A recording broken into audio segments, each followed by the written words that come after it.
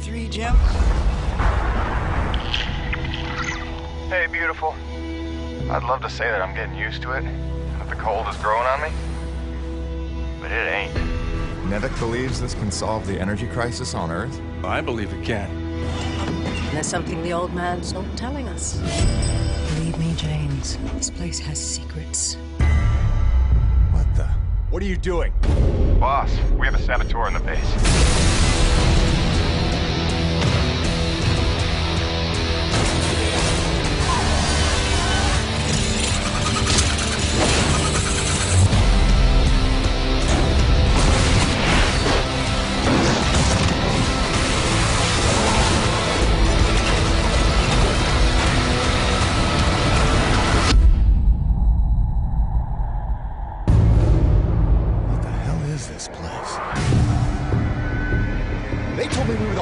On this planet.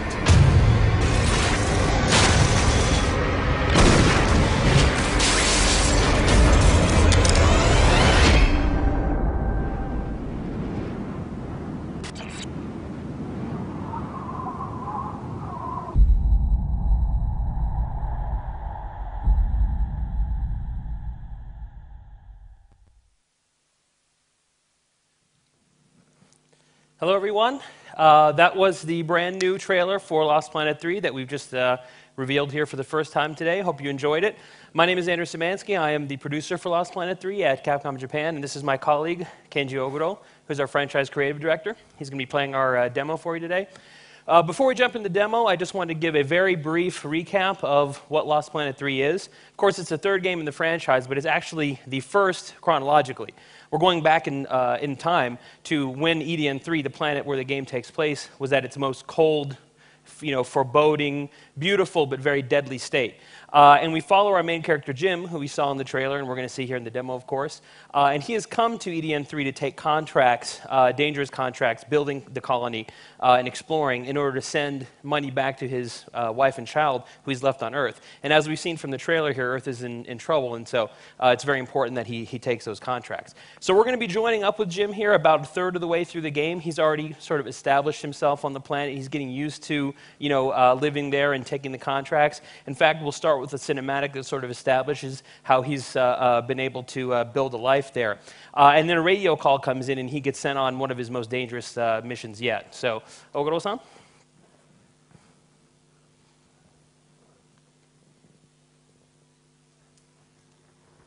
And so it went. For weeks, then months, until the extraordinary became commonplace. Dealing with the cold and the wildlife became a new routine. Intense and surreal, but routine. I kept my sanity and wits by not thinking too deeply about what I was seeing and doing. I got lonesome sometimes out in the Badlands, but music and weekly messages from the missus kept me company. I was making great dough, getting choice contracts, and that was the point after all. I made friends with the crew. They were a right good sort, those guys. Even LaRoche, for all his bluster, had his moments. For better or worse, I became Braddock's go-to guy. It had its benefits. But sometimes being the one to get the call meant you ended up in some damn strange situations. Damn strange situations indeed. We're going to see one of them here. You there? We just lost contact with the communications relay at Shackleton's Peak. The dish was built on the highest summit in the area so that we could call home to Mama with minimal storm interference. It's our lifeline. 2 hours ago it went offline and we don't know why. We're effectively cut off from sending or receiving any off-world communications. I need you to check it out. Boilerplate contract, flat rate for equipment repair, standard fuel surcharge, and Tier 3 hazard bonus. So Jim's been given his mission, which is to repair the communications relay at the top of the mountain. But to get there, he's going to have to get through the nest of one of our new enemy types that we're showing for the first time here today.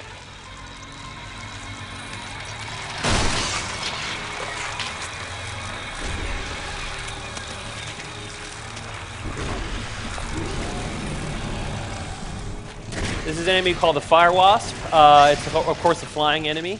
And it likes to flank you. And this is a great opportunity to use our cover system, which we're also showing here for the first time. It's something new to the franchise, but it's something we really like in cases such as this, when you're having to deal with enemies both at short range and at long range. Now Oguro-san has taken out the spawner here that's allowed him to enter the next area. We're going to be going right into the heart of the nest, and it's the only way to get to the top of the mountain where our mission objective is.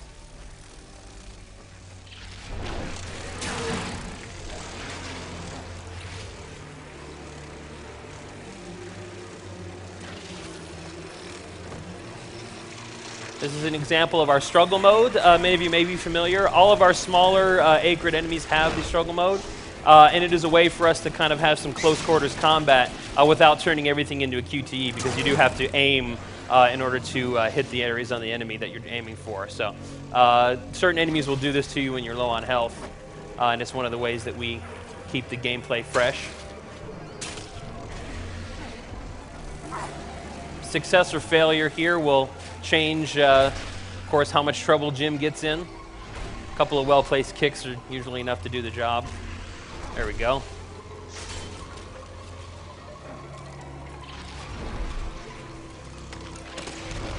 Once again, Oguro-san here is going to be using our cover to help take out some of these wasps, as well as the wasp spawners. And of course, without taking out those spawners, the wasps will keep showing up.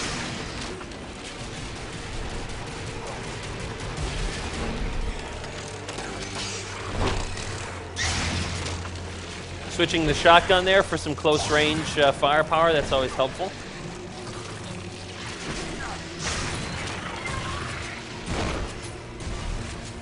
Very nice.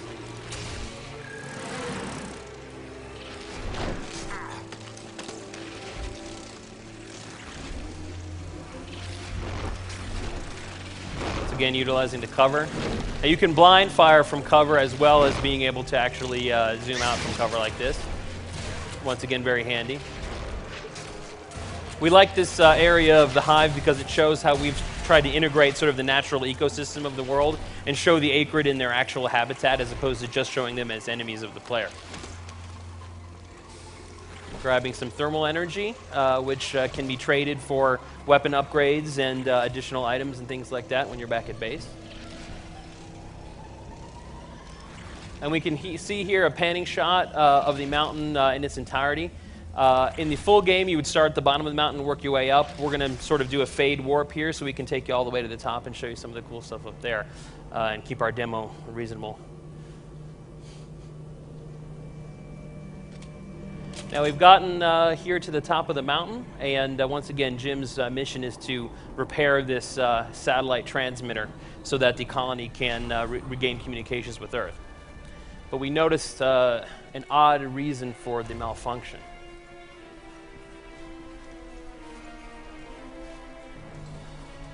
What the hell? This mysterious figure was also in the trailer.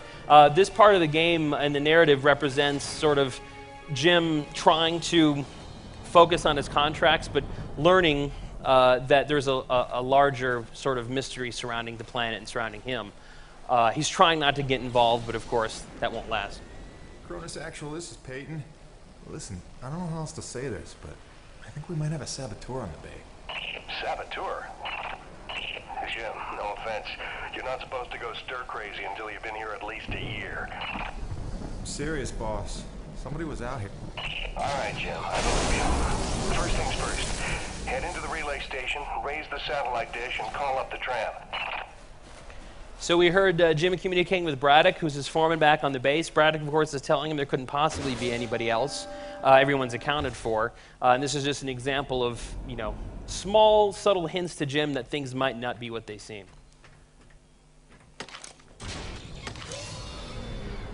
System malfunction. I don't know why I'm surprised. Coming back out here to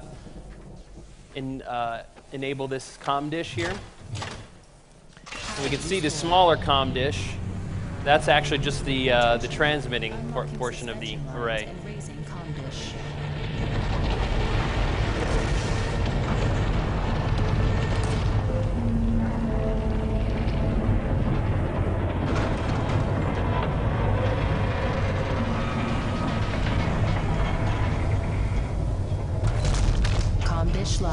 ready for transmission. That's the actual array. Has to be that big to get signals all the way back to Earth. Now, one of the other things that you'll see in the full game during this part is that we've actually been repairing this gondola system throughout the entire level. Now, what this does is it actually attaches to the utility rig. Many of you may recall the utility rig is the vehicle that Jim uses throughout the game. So what he's done now is he's actually called that up from the bottom. Got the satellite dish working, just waiting for the rig to come up.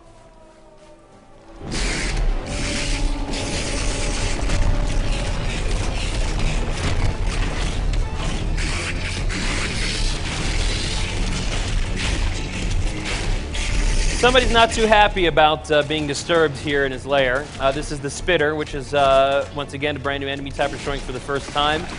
This is a Cat L acrid, so it's one of our larger acrid. And as its name would indicate, it spits at you. That will debilitate Jim, prevent him from moving. So you have to avoid those emissions. He also uses his scorpion-like tail to stab at you. It's painful. As with all acrid, you were aiming for the glowing spot, the core, to do the damage.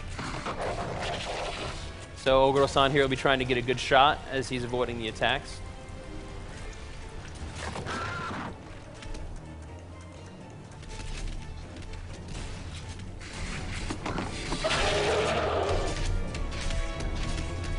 So I guess he's retreating back to lick his wounds a little bit, which is great because our rig is just now about to arrive.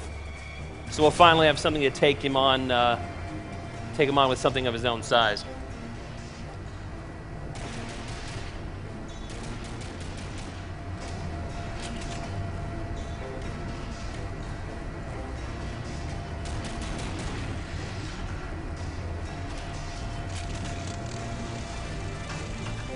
This is the rig, of course, and this is a great way, once again, to showcase the dichotomy between the exterior segments when you're out on foot and you have the normal third-person shooting versus being in the rig and, of course, being in first person and really feeling the scale of this giant machine. You've got the rig. Use the claw arm to align the relay tower and re-establish contact between the comm dish and Coronas. That is the winch, something we're once again showing the first time today. This is an upgrade attachment for the utility rig that you will get over the course of the game. And it, of course, can be used to squash smaller enemies, reel in larger enemies. And another great thing is it actually, as we saw in the trailer, has an environmental function as well. When it's attached to certain parts of the environment, Jin can use it as a zip line to access new areas. So Fair fight this time, pal. everything on the utility rig has multiple functions, both in combat and outside of combat.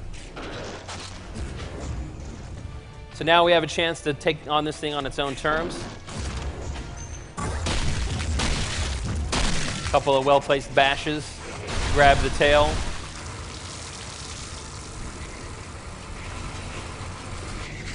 Go for that weak point with the drill. You're using the utility rig's tools, the construction tools, in order to do damage to the enemy. Nice parry move.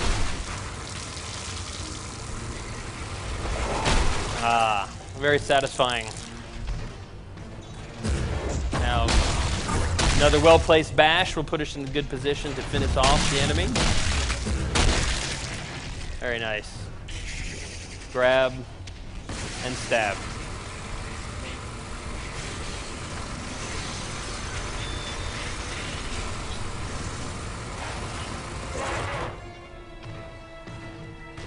And that is a very satisfying way to take out your foe.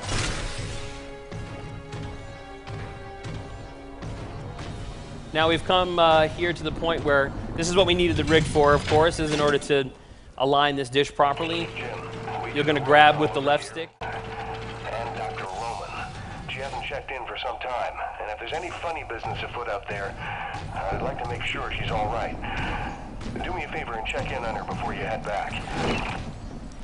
So once again, we're getting hints that a lot of things are going on, and As we move forward in the campaign, we'll be talking a lot more about who the mysterious other people on the planet are and what they have to do with Jim and his journey. But for now, that was our new demo. Hope you enjoyed it. Lost Planet 3 is going to be coming out in early 2013 for Xbox 360, PS3, and PC. So I want to thank Oguro-san again for the great demo. And thank you to everyone for coming.